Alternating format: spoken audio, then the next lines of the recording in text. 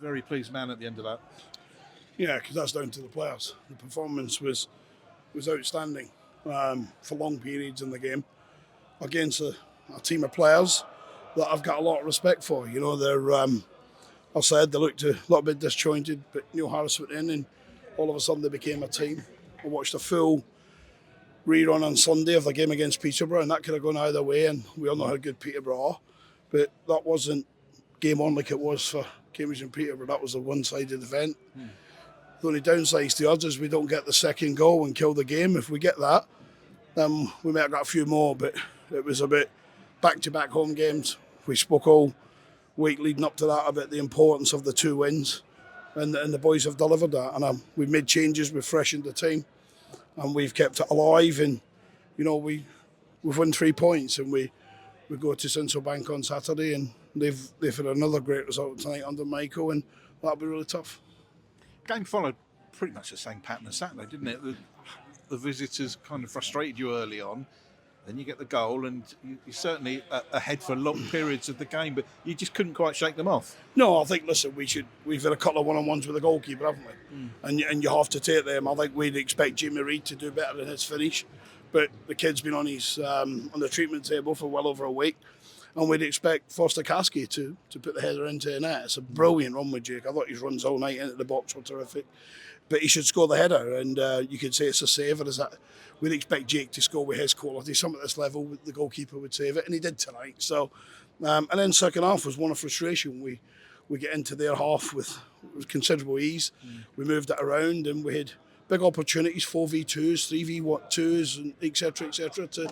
to get the second goal. And then I think we could have enjoyed our evening. But you know, this season seems to be we've never done it the easy way. Whereas last year, and that's because teams in League Two are not as good as they are in League One, then we could get the second goal and go on and be comfortable. Big crowd as well.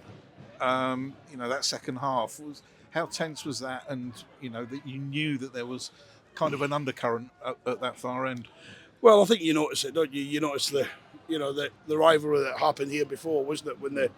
When the game was off early in the season. But I've told my staff and my players, I've been manager of Leeds United, so nobody needs to tell me about what fans are like around the stadium. So they're as passionate as anyone in the world. We just have to divorce ourselves from what's going on in the terrace and in the seats, unless it's a medical emergency. Then we have to react properly. But I thought the referee had real good control of the game tonight. He's an American, if I'm allowed to say it, but that's a fact. He's come from the MLS, and people should know his name. And I'm not saying this because we win. I don't act like this. He'll be in the Premier League. He's good enough to be in the Premier League. His decisions for both teams.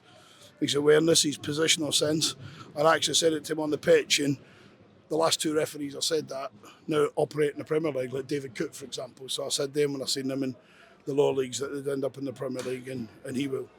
From our point of view, just talking about the referee there, the interesting thing was he was signalling what he was giving as well, so everybody knew what was going on. His communication to both the Cambridge bench and our bench was where you'd expect a David Cook, you know, an Anthony Taylor, a Michael, the top referees. They communicate, they talk to you. They don't talk to you as if you're 10 years old. They talk to you like a man. And if you're appealing for something that they don't see, they just explain it in 3 or 4 words. It's very succinct, it's very quick. They communicate through the 4th official. And I understand why he's here, because of course Herd Webb is a real friend of mine. Herd would know him from his time heading up the referees in the MLS. He won't bring many.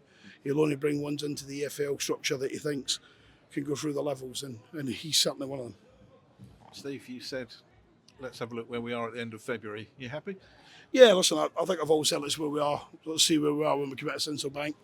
You know, some results tonight that strange results. I don't know if it's a final result with Derby, but you'd certainly wouldn't be expecting Charlton to win at Derby. But in saying that, Nathan Jones is a brilliant manager.